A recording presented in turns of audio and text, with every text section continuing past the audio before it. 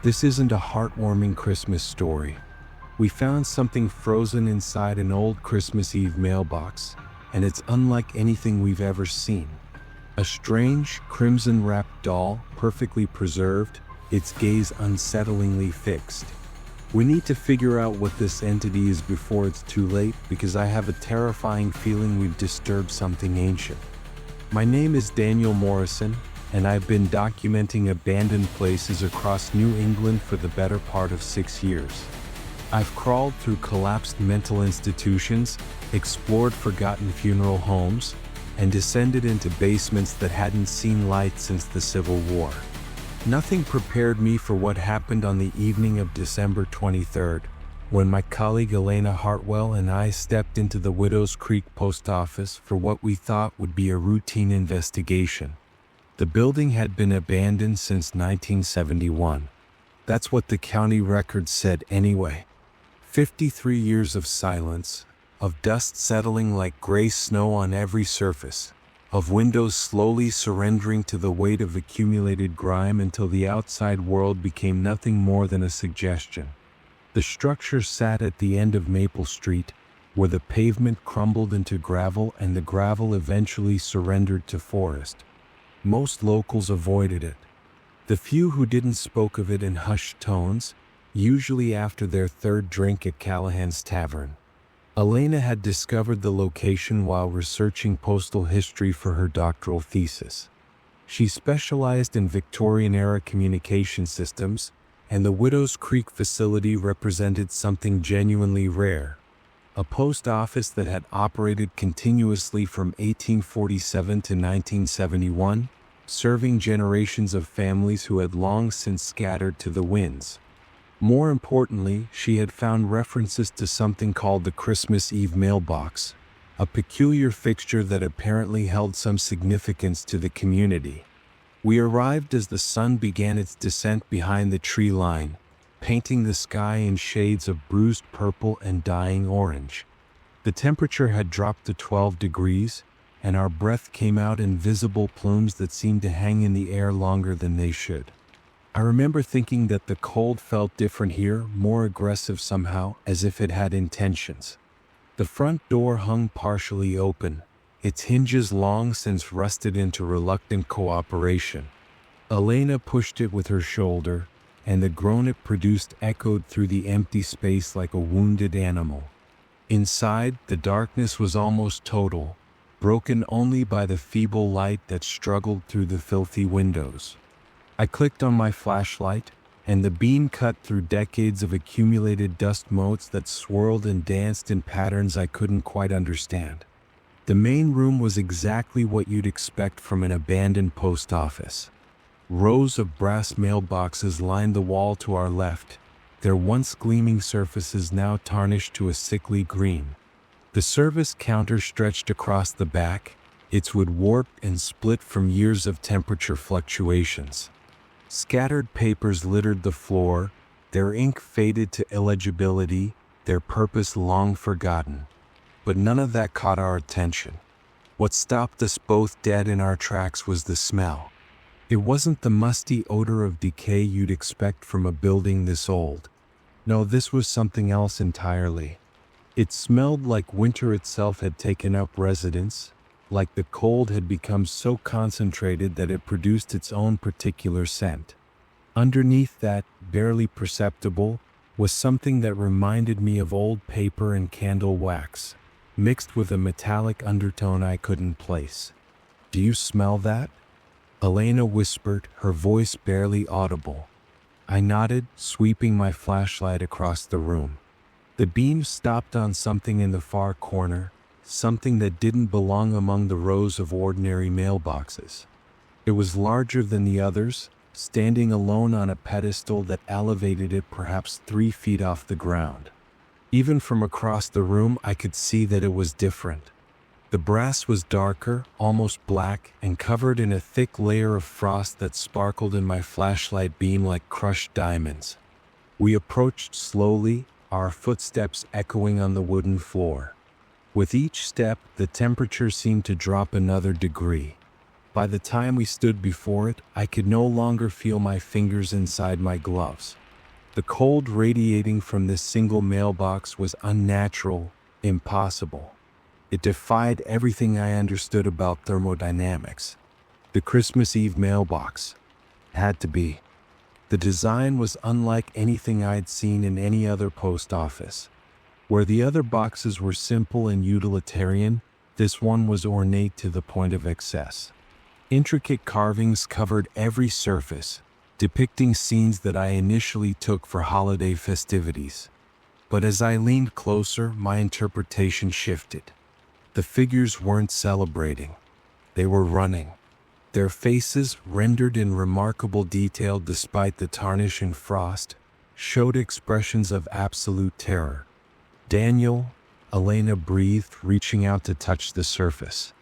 "Look at this." Her finger traced the outline of one particular figure, a child clutching what appeared to be a wrapped package to its chest. Behind the child, barely visible in the crowded carving, something loomed. Something with too many limbs and a smile that stretched far too wide. I felt the first stirring of genuine unease settle into my stomach. This wasn't just an antique mailbox. This was something else entirely. "There's something inside," I said, surprised by the certainty in my own voice. "I can feel it." Elena looked at me, her eyes wide in the flashlight's reflected glow. "How can you possibly know that?" I couldn't explain it, but I knew with absolute conviction that we hadn't come all this way to find an empty box. The weight of this discovery pressed against my consciousness like a physical thing, heavy and demanding. Something had been waiting here for a very long time, frozen in darkness, patient beyond human understanding. The latch was sealed with ice at least 2 inches thick. Getting it open would require tools we hadn't brought. It would require time we didn't have, with night falling fast and the temperature continuing to drop. Every rational part of my brain screamed that we should leave, that we should come back in the daylight with proper equipment and maybe a few more people. But there was something else too, something that overrode my survival instincts with a compulsion I couldn't name. Whatever was inside that mailbox needed to be found. It had been waiting and I was here, and somehow those two facts felt connected in a way I couldn't articulate. Elena must have felt it too, because she didn't suggest leaving. Instead, she pulled her own tools from her bag and knelt before the frozen latch. "We should document this," she said, her academic instincts momentarily reasserting themselves. "Whatever we find, we need to document everything." I nodded, pulling out my camera. But even as I began recording, I couldn't shake the sensation that had settled over me like a second skin. We weren't just observers here. We weren't just investigators documenting an interesting historical artifact. We were participants in something that had been set in motion long before either of us was born. The flashlight flickered once, twice, then steadied. In that brief moment of darkness, I could have sworn I heard something. A sound so faint it might have been my imagination. A sound like breathing, slow and measured, coming from inside the frozen mailbox. What we were about to uncover would change everything we thought we understood about this place, about Christmas Eve, and about the thin line that separates protection from imprisonment. The ice cracked like breaking bones beneath Elena's chisel. Each strike sent fragments scattering across the floor, where they caught the flashlight beam and sparkled with an almost malevolent beauty. I kept the camera steady, recording every moment, but my hands trembled in a way that had nothing to do with the cold. 20 minutes of careful work had revealed the latch mechanism, an elaborate construct of interlocking brass gears and levers that bore no resemblance to standard postal equipment. This wasn't designed for convenience. It was designed for security. Whatever the creators of this mailbox had placed inside, they had intended for it to stay there. "Almost there," Elena muttered, her breath coming in short, visible bursts. "Just a few more." The final piece of ice fell away and the latch clicked. The sound was surprisingly loud in the silence of the abandoned post office. a metallic snap that echoed off the walls and seemed to hang in the air. For a long moment, neither of us moved. The door of the Christmas Eve mailbox stood there, freed from its frozen prison after God knows how many decades, waiting to reveal its contents. I think we both knew on some instinctive level that there was no going back once we opened it. This was the point of no return, the threshold between ignorance and knowledge. Crossing it would make us responsible for whatever came next. Elena reached for the door. Her fingers touched the brass and she gasped. "It's warm," she whispered, yanking her hand back as if burned. "Daniel, the metal is warm." That made no sense. The entire mailbox was still coated in frost, the surrounding air cold enough to see our breath. But when I touched the door myself, I felt it too. Not warm exactly, but certainly not frozen. More like body temperature, like touching living skin. I pulled the door open. The hinges screamed in protest, a sound that seemed to contain more than just mechanical friction. It was almost a voice, almost words, stretched and distorted beyond recognition. Inside, the darkness was complete, absolute, a void that my flashlight seemed reluctant to penetrate. I aimed the beam directly into the mailbox's interior, and for several seconds I saw nothing. Then the light found what lay within. The doll was perhaps 18 inches tall, wrapped in fabric the color of arterial blood. The crimson material clung to its form in a way that suggested moisture, though when I later touched it, the surface was perfectly dry. It sat upright against the back of the mailbox, positioned with deliberate care, facing directly forward. Facing us. "Oh my God," Elena breathed. The preservation was impossible. That was the first thing that struck me through the haze of confusion and growing fear. Nothing exposed to these conditions for decades should look this pristine. The fabric should be rotted, moth-eaten, degraded by time and moisture and the simple entropic decay that claims all things. Instead, it looked new. It looked like someone had placed it there moments before we arrived. And then I saw the eyes. They were made of glass, or something like glass, two perfect spheres set into a porcelain face of startling detail. The irises were painted a pale, icy blue, with pupils that seemed too large, too deep, like holes punched through to something behind. They caught my flashlight beam and held it, reflected it back at me with an intensity that made me want to look away. I couldn't look away. "We need to remove it," I heard myself say. "We need to document it properly." Elena nodded, but I could see her reluctance. Her hands shook as she reached into the mailbox, hesitating just before making contact. When her fingers finally wrapped around the doll's torso, she made a sound I'd never heard from her before. A small, wounded noise that came from somewhere deep in her throat. She pulled the doll out of the mailbox and everything changed. The silence that had blanketed the post office shattered. A sound filled the air, a high-pitched whirring that seemed to come from everywhere and nowhere at once. It was mechanical but organic, like the humming of some vast insect or the spinning of ancient gears. The temperature dropped so rapidly that I felt ice crystals forming on my eyelashes. Elena held the doll at arm's length, her face pale in the flashlight's glow. The crimson wrapping rippled slightly, though there was no wind. The glass eyes remained fixed on something behind us, and I felt every hair on my body stand at attention. "Put it back," I said, my voice cracking. Elena put it back. But she couldn't. I could see it in her face, the same compulsion that had drawn us here in the first place, the same force that had guided my hand when I opened the mailbox door. The doll was out now. Whatever protection the mailbox had offered was gone. The whirring sound intensified, and I realized with dawning horror that it was coming from inside the doll itself. Something within that crimson wrapping was active, awakening from a slumber that had lasted far longer than any of us could comprehend. I forced myself to look more closely at what Elena held. The wrapping wasn't just fabric, I realized. It was layered, wrapped in precise, overlapping bands that covered the doll's body completely. Only the face was exposed, that pale porcelain visage with its two blue eyes and its lips curved in something that might have been a smile. At the base of the wrapping, where the fabric terminated just above where the doll's feet should be, I noticed something else. A seal. It was small, no larger than a silver dollar, pressed into the fabric like a wax stamp on an ancient letter. But this wasn't wax. The material glowed faintly, pulsing with a soft luminescence that matched the rhythm of the whirring sound. "Don't touch that," I said immediately, pointing at the seal. "Whatever you do, don't touch that."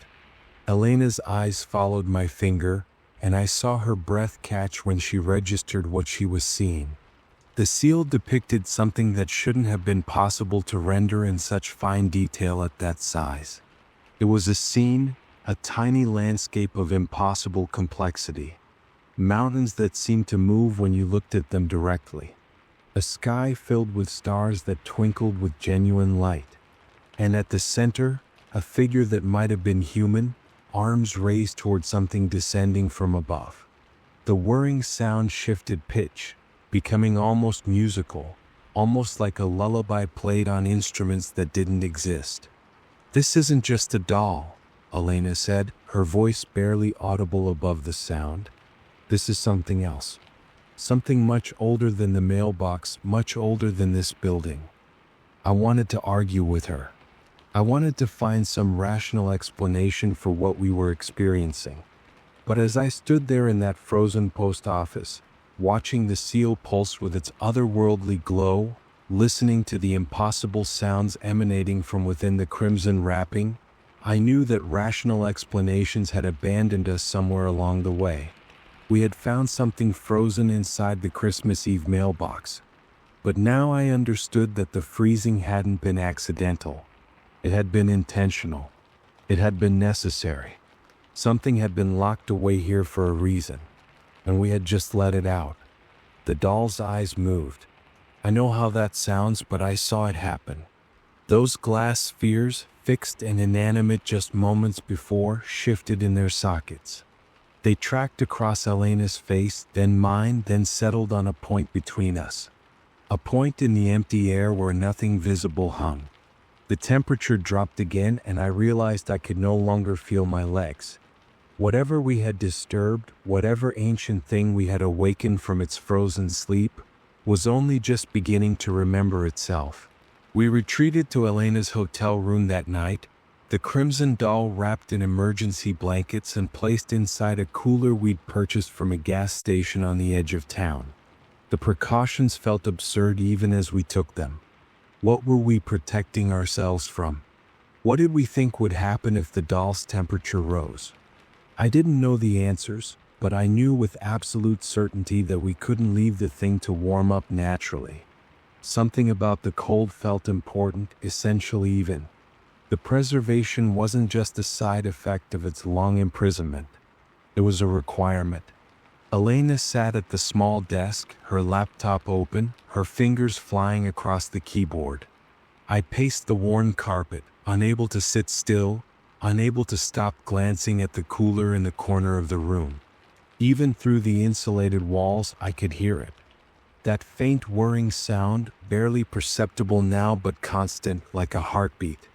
"I've found something," Elena said, her voice tight with controlled excitement.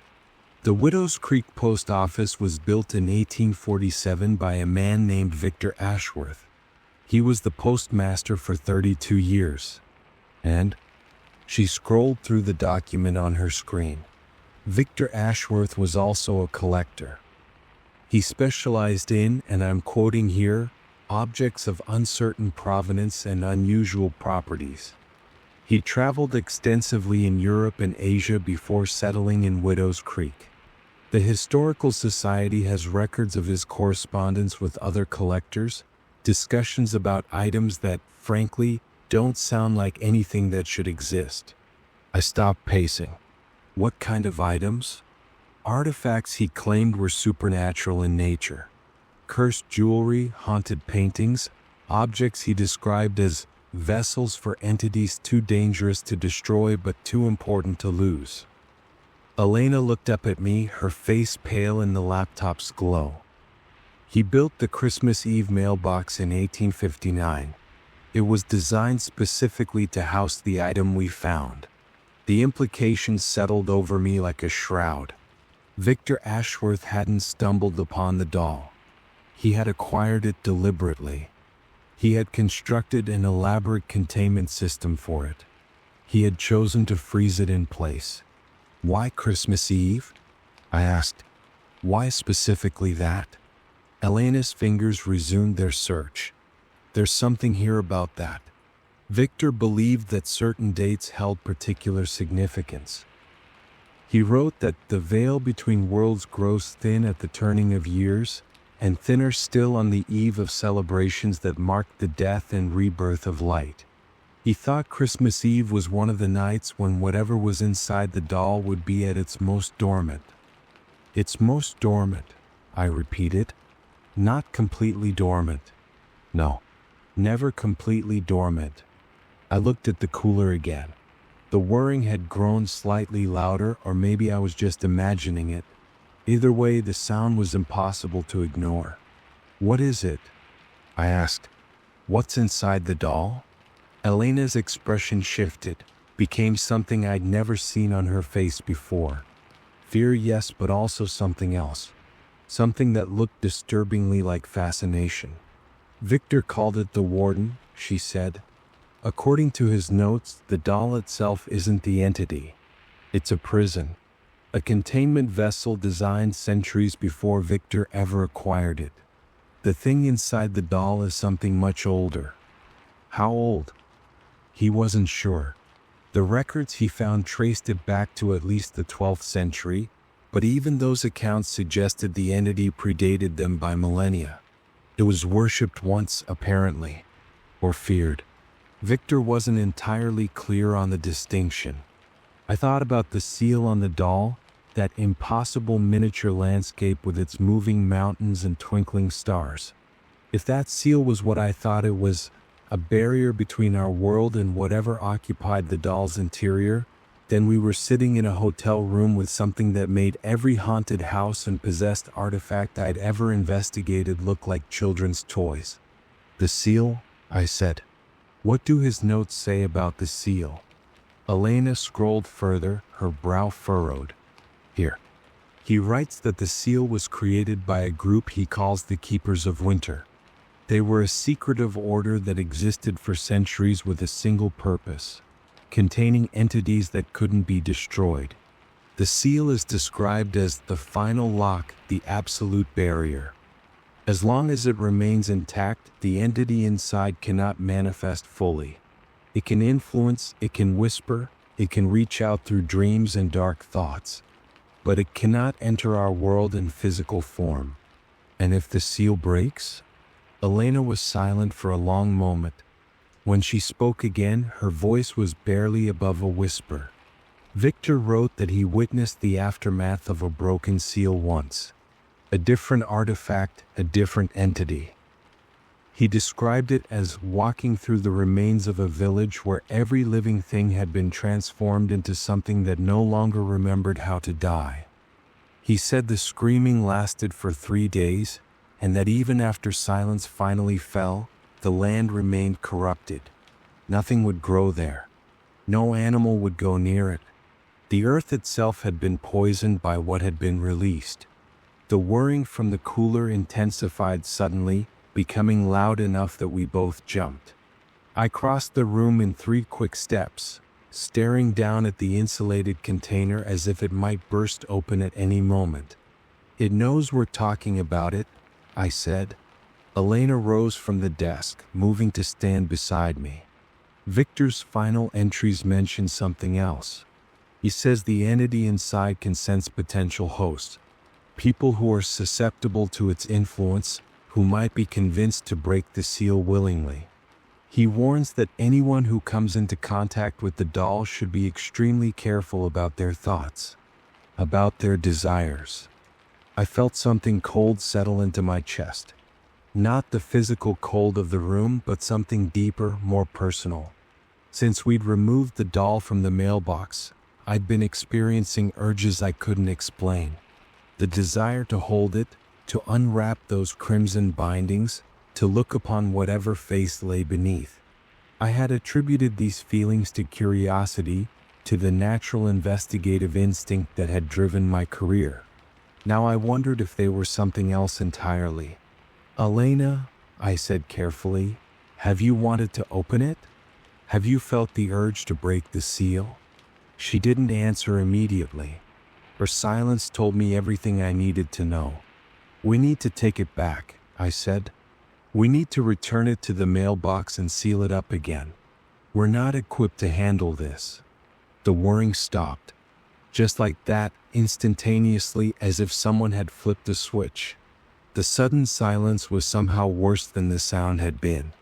It felt expectant. It felt like something holding its breath.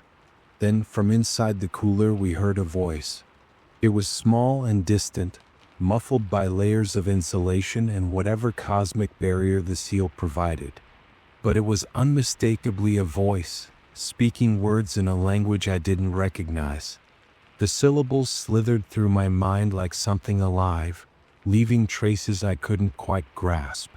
And then, just for a moment, I understood.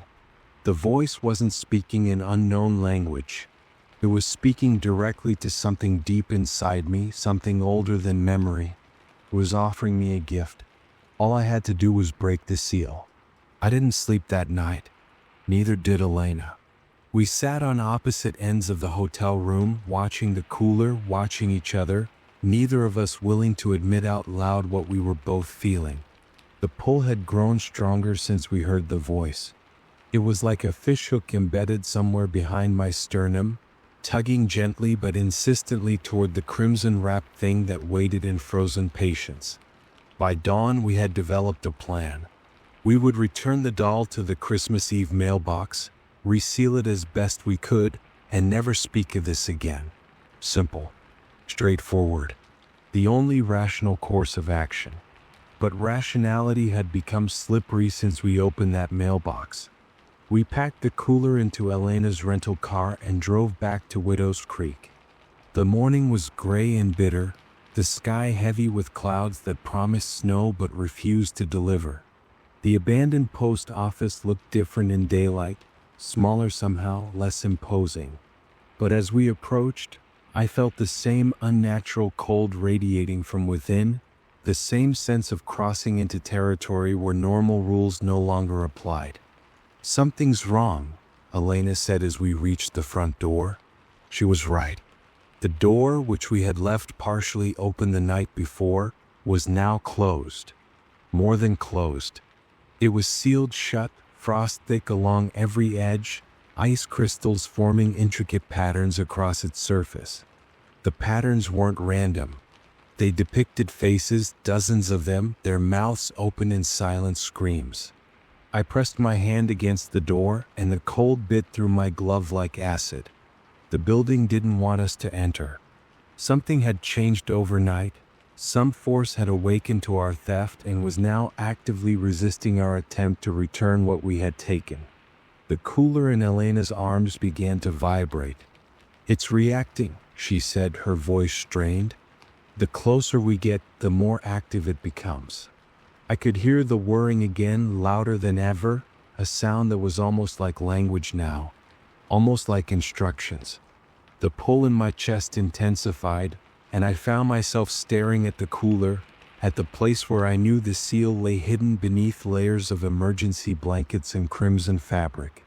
"Just break it," something whispered in my mind. "Just break the seal and all of this ends. The cold goes away. The fear goes away. Everything becomes so much simpler." "No," I said out loud, shaking my head violently. "No, that's not real. That's not me thinking." Elena looked at me with understanding in her eyes. "It's getting to you too." I nodded, not trusting myself to speak. The voice was so reasonable, so persuasive. It promised warmth. It promised an end to the constant gnawing anxiety that had plagued me since we first saw the doll.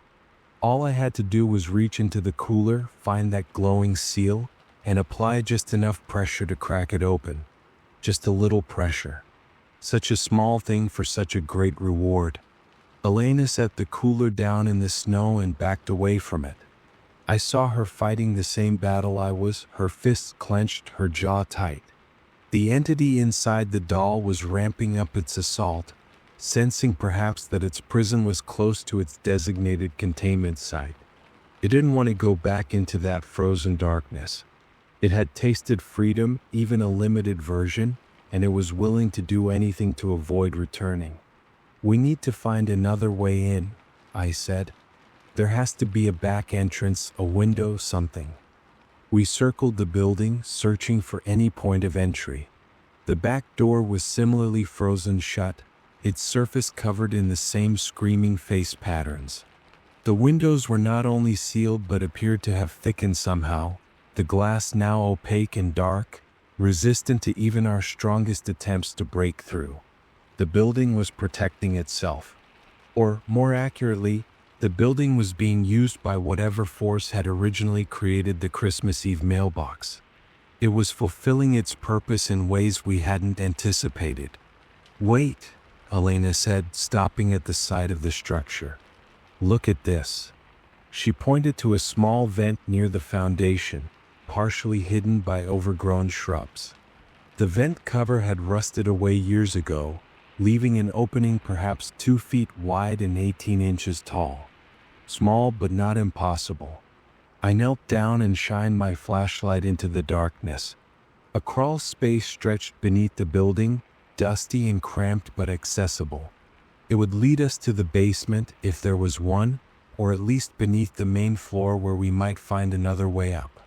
"I'll go," I said. "You stay here with the cooler." "Absolutely not." Elena's voice left no room for argument. "We're not separating. Whatever happens, we face it together." We lowered ourselves through the vent one at a time, dragging the cooler behind us.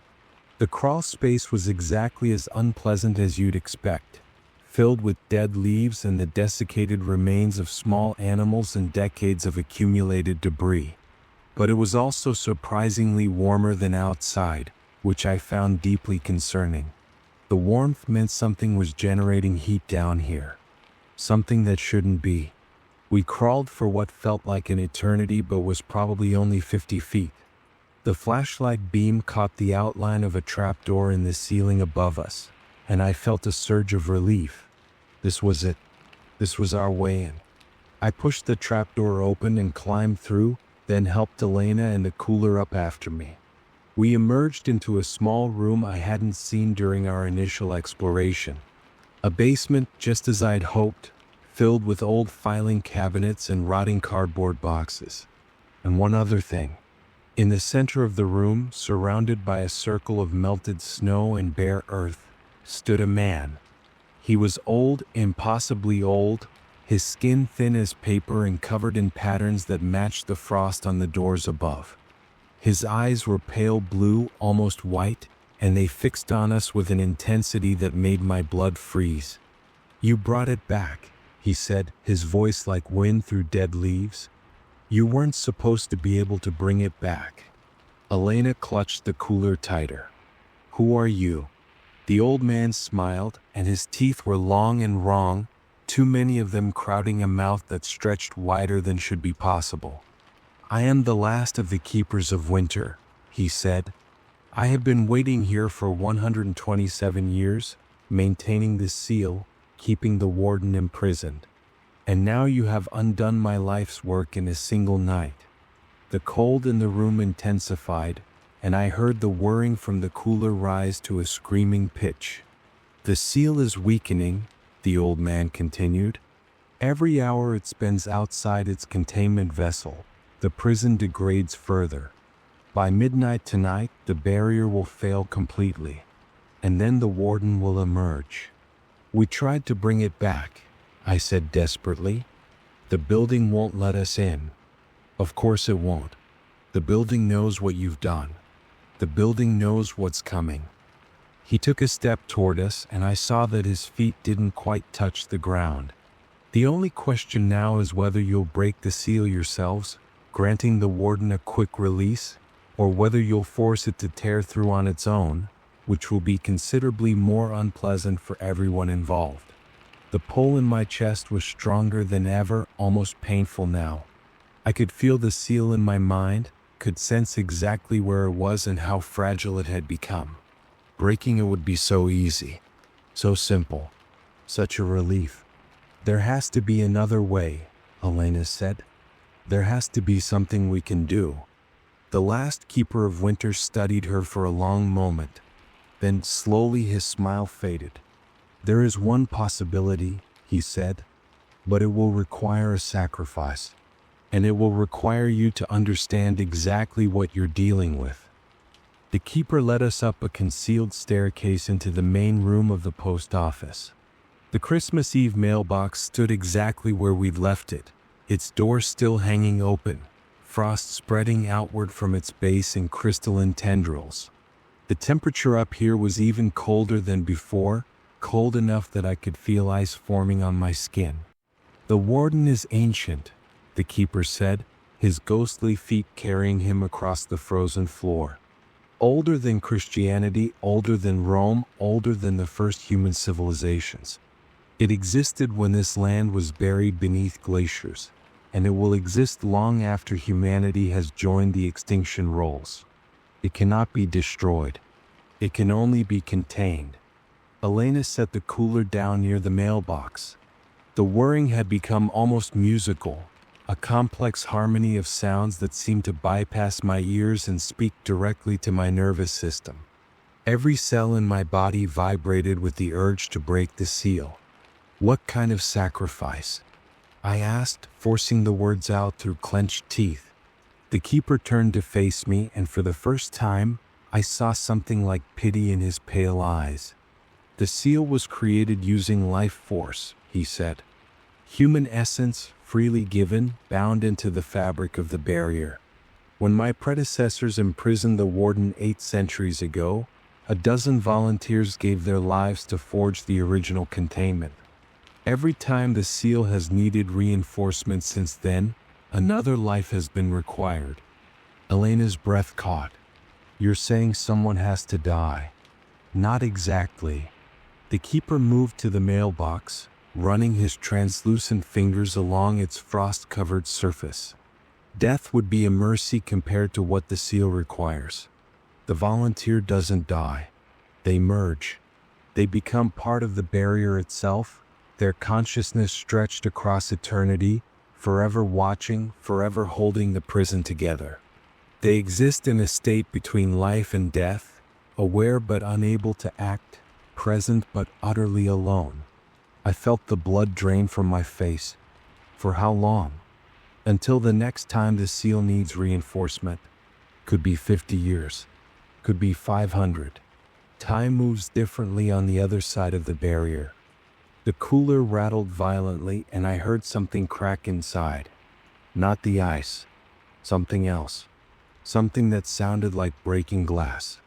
We don't have much time, the keeper said urgently. The warden is waking faster than I anticipated. Your presence here, your connection to the artifact, it's accelerating the process. Within the hour, the seal will fail completely. I looked at Elena. She looked at me. Neither of us spoke, but I could see the calculation happening behind her eyes. One of us would have to volunteer. One of us would have to become part of the eternal prison, surrendering everything that made us human for the sake of keeping something terrible contained. I'll do it, I said. Daniel, no. It has to be me. I stepped toward the mailbox, toward the keeper, toward the destiny I could feel waiting for me like an open grave. You have your research, your career, people who need you. I have cameras and abandoned buildings. This is what I was meant to find. Elena grabbed my arm. That's not how this works. You don't get to decide for both of us. Someone has to decide, and we're running out of... The cooler exploded. Not physically, but psychically, a wave of force that threw both of us backward and sent the keeper flickering like a candle in a hurricane. The crimson doll rose from the wreckage, hovering 3 feet off the ground, its glass eyes now glowing with an inner light that had nothing to do with reflection. The seal was cracking. I could see it, thin lines of darkness spreading across its surface, the glowing light pulsing erratically. The whirring sound had become a roar, a cacophony of voices speaking in languages that had never been human. The keeper recovered first, moving toward the doll with purpose I hadn't seen from him before. "The seal needs an anchor," he shouted over the noise. "Someone to hold it together while I reinforce the bindings. Just a few moments, that's all I need." I understood. It wasn't a permanent sacrifice he was asking for. It was a temporary connection, a bridge across which he could work his ancient magic. But there were no guarantees. The warden would fight. The warden would try to pull that bridge into itself, to consume whoever served as anchor and add their strength to its own. It was still a choice between terrible options. But at least it was a choice. Elena and I looked at each other one final time. And then, without discussing it, we both moved forward. "Together," she said. "Together," I agreed. We reached out and placed our hands on the cracking seal simultaneously. The moment of contact was unlike anything I have ever experienced or ever will again. I felt myself stretching, my consciousness expanding beyond the boundaries of my physical form. I could feel Elena beside me, her essence intertwined with mine, 2 anchors working in harmony. And I could feel the warden. It was vast, incomprehensibly vast. A presence that made the universe itself feel small and temporary. It pressed against the barrier with hunger that had been building for centuries, rage that had been accumulating since before humans learned to write their histories. It wanted out. It wanted to feel warmth again, to experience the physical world it had been denied for so long. It wanted us. The keeper worked with frantic speed, his hands tracing patterns in the air that left trails of blue-white light. The seal began to mend, the cracks sealing over, the glow stabilizing. But the warden fought back, pouring its will against the barrier, trying to break through before the repair could complete. I felt it clawing at my consciousness, offering me visions of power and knowledge beyond human understanding. It showed me secrets of the universe, answers to questions humanity had asked since the beginning of time. All I had to do was let go. All I had to do was step aside and allow it passage. Elena's presence beside me anchored me. Her determination, her refusal to surrender, gave me strength I didn't know I had. Together we held the line. Together we kept the barrier intact while the keeper worked his magic. The final binding fell into place with a sound like a thunderclap. The glow of the seal stabilized, becoming brighter and more solid than before. The warden's roar of frustration shook the building, but it was already retreating, being pushed back into its prison by forces it could not overcome. The crimson doll fell to the floor, its eyes dark once more. Elena and I collapsed beside it, gasping, trembling, still holding hands though neither of us remembered reaching for the other. The keeper looked down at us, and for the first time he smiled without malice. "You've done something remarkable," he said. "The seal is stronger now than it's been in centuries. Your combined essence, freely given even if only temporarily, has reinforced it in ways I couldn't have achieved alone. How long will it last?" I managed to ask. "Longer than your lifetimes. Perhaps longer than your children's lifetimes if you have them. But eventually it will need reinforcement again. And when that time comes, someone else will need to make the choice you just made." The keeper picked up the doll gently, almost reverently, and placed it back inside the Christmas Eve mailbox. The door swung shut on its own, the latch clicking into place. Frost began forming immediately, sealing it once more in its frozen prison. "The building will allow you to leave now," he said, "and I suspect you'll find that your memories of the warden's touch will fade over time. Not completely, never completely, but enough that you'll be able to function. Enough that you'll be able to live. He began to fade, his form growing transparent. "Wait," Elena called out. "What about you? What happens now?" The last keeper of winter smiled one final time. "My watch is finally over," he said. "I've been waiting for successors and now I've found them. Whether you accept the role or not, you carry part of the seal within you now. You'll know when it needs attention. You'll feel when it begins to weaken." And then he was gone, vanished like morning mist in sunlight. Elena and I sat in the frozen post office for a long time after that, processing what had happened, trying to make sense of a world that had suddenly become much larger and stranger than we'd ever imagined. When we finally left, the sun was setting, painting the sky in shades of red that reminded me uncomfortably of the crimson wrapping on the doll. We walked to the car in silence, both of us knowing that everything had changed. We had come to Widow's Creek looking for an interesting story, an abandoned building with historical significance. We had found something else entirely. We had found a responsibility that would follow us for the rest of our lives. The Christmas Eve mailbox still stands in that abandoned post office, frozen and waiting. And somewhere inside, the warden waits too, dreaming its ancient dreams, patient as only immortal things can be patient.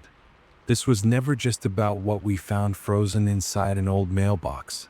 This was about what humanity has always done when faced with threats too terrible to destroy. We contain them. We guard them. We pass the burden from generation to generation, hoping that each successive keeper will be strong enough to hold the line. Elena and I are keepers now, whether we want it to be or not. And somewhere out there, in other abandoned places, other forgotten buildings, other Christmas Eve mailboxes, more things wait to be discovered. This isn't the end of our story. It's just the beginning. The end.